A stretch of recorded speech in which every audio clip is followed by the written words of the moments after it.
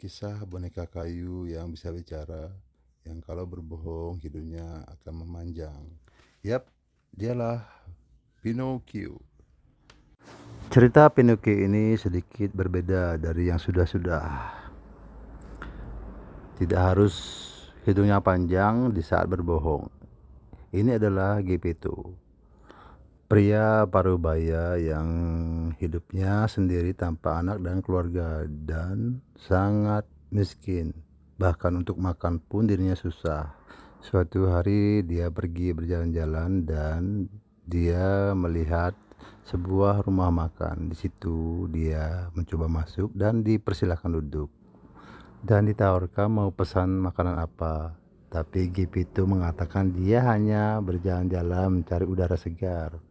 Ketika dia duduk, dia bilang kursi, meja, dan pintu dia katakan itu rusak dan dia bisa memperbaikinya. Tentu saja biar dapat imbalan makanan. Tapi pemilik rumah makan tersebut mengatakan meja, kursi, dan kayu itu baik-baik saja. Akhirnya pemilik makanan itu mengetahui maksud kedatangan Geppetto dan dia mempersilahkan Geppetto untuk duduk dan memberi beberapa makanan. Dan Geppetto pun melahap makanan gratis tersebut. Ketika keluar, dia melihat gerobak yang isinya adalah boneka kayu. Dia memperhatikan satu persatu boneka kayu tersebut. Dari sanalah Geppetto mempunyai inisiatif untuk membuat boneka kayu yang lebih bagus dari apa yang dilihat sekarang.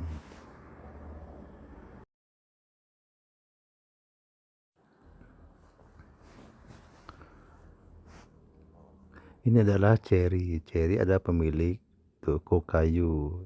Hari itu dia akan membelah sepotong kayu. Nah, di saat dia akan memotong kayu itu, dia terkejut melihat potongan kayu itu bisa bergerak dan berjalan mendekati dirinya.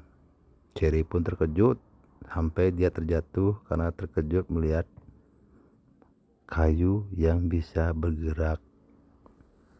Dia sedikit shock melihat apa yang baru saja yang terjadi. Nah, saat itu lagi Geppetto masuk ke rumah Cherry. Geppetto terkejut melihat Cherry sedang duduk di bawah. Dia pikir Cherry sedang mabuk. Cherry mengatakan dia tidak apa-apa. Maksud dari kedatangan Geppetto ke Cherry adalah untuk meminta beberapa potongan kayu. Dan dia bercerita bahwa dia akan membuat sebuah boneka yang bagus yang baru saja dia lihat. Tentu saja Cherry memberi sebuah kayu yang bisa bergerak tersebut. Tentu saja Geppetto terkejut karena kayu itu terlalu besar buat dia. Dan akhirnya Geppetto pun menerima kayu tersebut dan dibawalah pulang kayu itu. Setibanya di rumah, Geppetto mulai memahat dan membentuk kayu tersebut menjadi sebuah boneka. Tapi dia terkejut melihat dada boneka kayu tersebut seperti ada jantung yang berdetak. Dia pun mendengarkan ke dada kayu tersebut dan benar saja dada kayu tersebut memiliki jantung. Geppetto pun melanjutkan pekerjaannya membuat tangan serta kaki. Dan di situ dia mengajarkan boneka kayu tersebut untuk menyebut sebuah nama, yaitu nama ayah. Tentu saja boneka kayu tersebut bisa mengatakan sebuah nama ayah. Dan terkejutlah si Geppetto karena boneka kayu tersebut bisa mengatakan sebuah nama ayah. Karena saking bahagianya, Geppetto pun keluar rumah dan memberitahu ke tetangganya bahwa dia akan segera memiliki anak. Geppetto masuk dan mengambil satu-satu selimutnya dan dibentuklah sebuah baju untuk boneka kayu tersebut.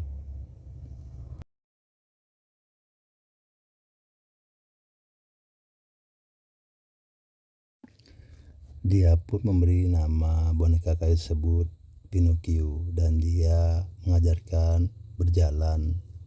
Tetapi ketika di saat dia lengah mengajarkan Pinocchio berjalan, Pinocchio ternyata lari ke hutan dan Geppetto pun mengejarnya. Geppetto masih kebingungan mencari Pinocchio ke hutan. Tanpa dia sadari, Pinocchio sudah kembali ke rumah. Pinocchio sedang istirahat dan tertidur di dalam rumah. Saat itulah Geppetto masuk dan menggedor pintu. Dan dia tahu Pinocchio berada di dalam rumah. Tapi dia terkejut. Dia mendapati kaki Pinocchio terbakar. Pinocchio pun bercerita apa yang terjadi.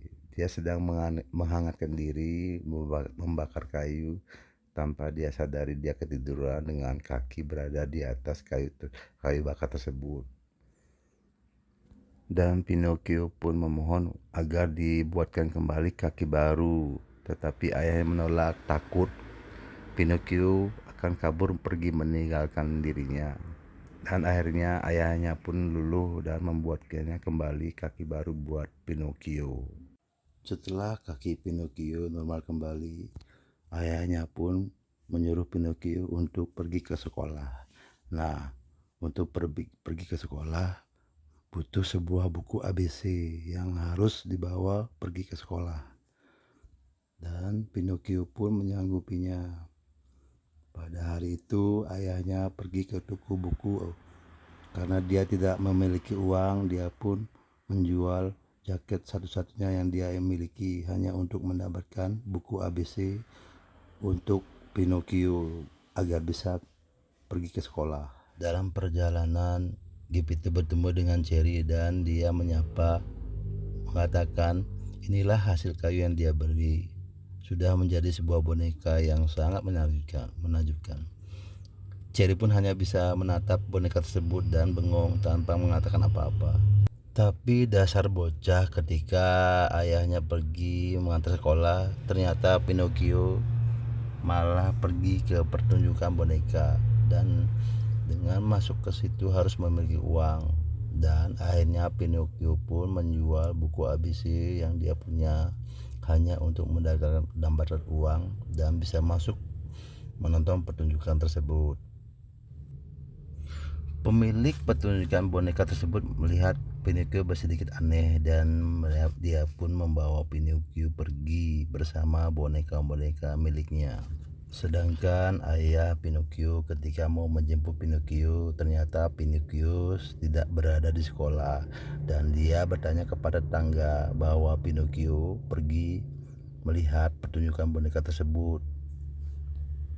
Untunglah pemilik pertunjukan boneka tersebut baik hati. Dia memberi 5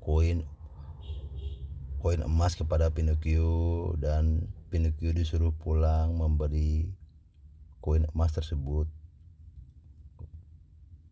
untuk diberikan kepada ayah Pinocchio. Pinocchio pun pergi. Dalam perjalanan, Pinocchio bertemu 2 orang penjahat. Tentu saja penjahat itu mau mengantarkan Pinocchio dengan tujuan agar dia mendapatkan koin emas yang ada pada Pinocchio.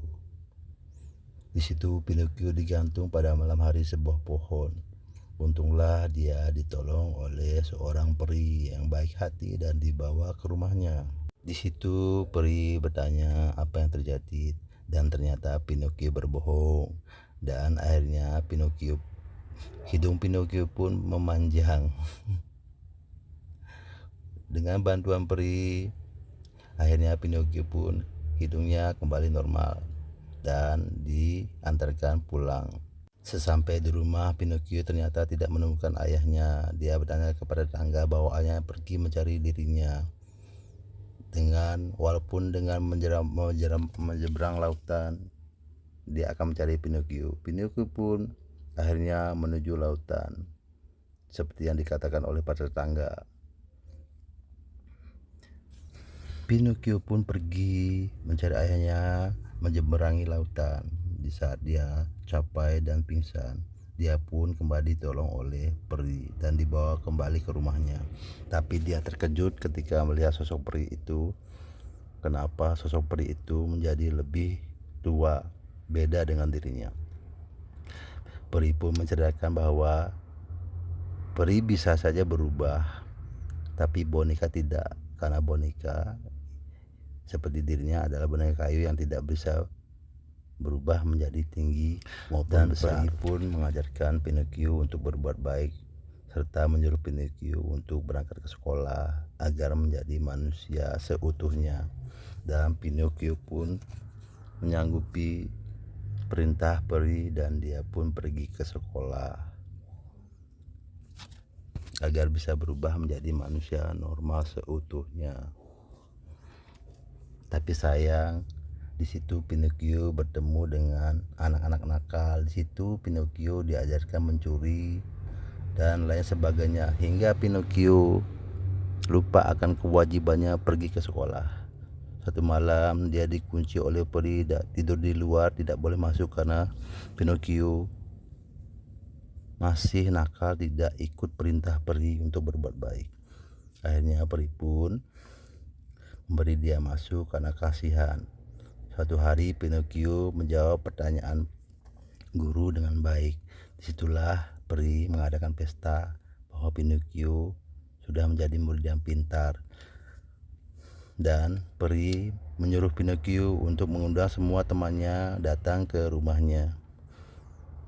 Tapi ternyata satu temannya tidak mau ke sana karena temannya mempunyai rencana ke suatu tempat. Temannya pun mengajak Pinocchio untuk ikut mereka. Akhirnya Pinocchio pun ikut dengan anak tersebut ke suatu tempat. Pinocchio pun bahagia bersama anak-anak lain di tempat itu. Tanpa dia sadari mereka sudah disihir menjadi seekor keledai dan hendak dijual ke pasar. Pinocchio dibeli oleh seorang pemilik sirkus. Dan dibawalah Pinocchio ke suatu pertunjukan sirkus. Di saat pertunjukan Pinocchio beraksi, tapi sayang kaki Pinocchio cedera dan Pinocchio terjatuh. Di situ peri melihat pertunjukan dan menangis melihat Pinocchio cedera. Karena patah kaki, Pinocchio akhirnya dibuang ke laut oleh pemilik sirkus tersebut dengan alasan kulitnya akan dijual. Tapi dengan bantuan peri, Pinocchio pun dirubah menjadi boneka kayu kembali seperti semula. Dan pemilik sirkus pun terkejut melihat Pinocchio muncul dalam air. Mereka mencoba menangkap Pinocchio. Untungnya Pinocchio pergi menjauh berenang dan selamat dari kejaran pemilik sirkus tersebut. Tapi sialnya dalam berenang sejauh itu Pinocchio ditelan oleh ikan paus besar. Pinocchio pun masuk dalam perut ikan paus tersebut dan bertemu dengan lumba-lumba yang bisa bicara. Dia mengatakan dia sudah berada di situ lama dan menunggu untuk dicerna. Pinocchio pun takut, dia tidak mau dicerna oleh ikan paus tersebut. Di situ Pinocchio melihat sebuah cahaya dan menanyakan cahaya apa itu kepada lumba-lumba.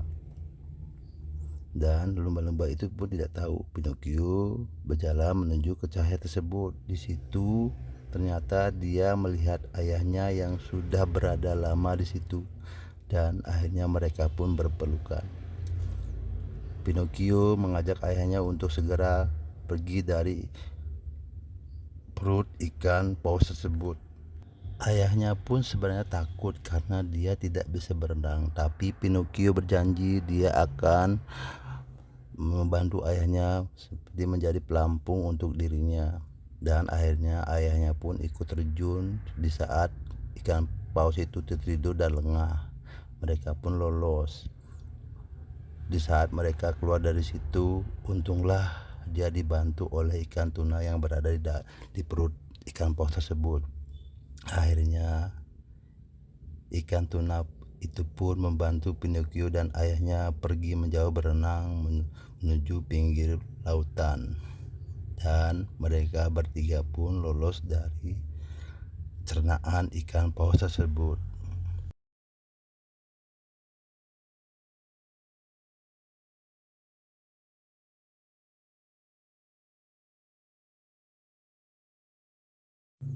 Dalam perjalanan, Pinocchio melihat sebuah rumah dan dia pun mengajak ayahnya untuk mampir ke rumah tersebut untuk beristirahat.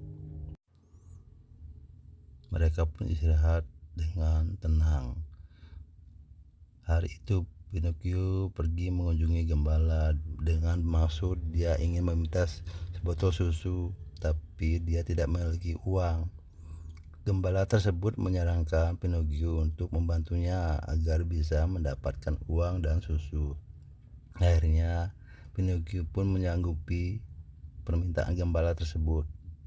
Tiap hari Pinocchio pergi membantu gembala tersebut, dan dengan penghasilannya dia bisa memberi ayahnya lauk yang lezat. Ayahnya sangat menyayangi Pinocchio serta memoles Pinocchio dengan baik. Suatu hari Pinocchio pergi bekerja. Dia didatangi oleh peri. Dia terkejut dan bahagia memeluk peri. Di situ peri mengatakan dia akan menepati janjinya untuk merubah Pinocchio menjadi manusia seutuhnya karena Pinocchio sudah berbuat baik kepada orang tuanya. Di situ Pinocchio tertidur. Ketika bangun, dia terkejut karena melihat keadaan dirinya sudah menjadi seorang manusia yang sempurna seperti anak-anak lain. Dia pun pergi menemui ayahnya, berlari dengan semangat. Ayahnya pun terkejut melihat Pinocchio yang sudah berubah menjadi manusia. Mereka pun berpelukan. Pesan dari film ini adalah menjadi manusia yang jujur, kerja keras, dan baik hati.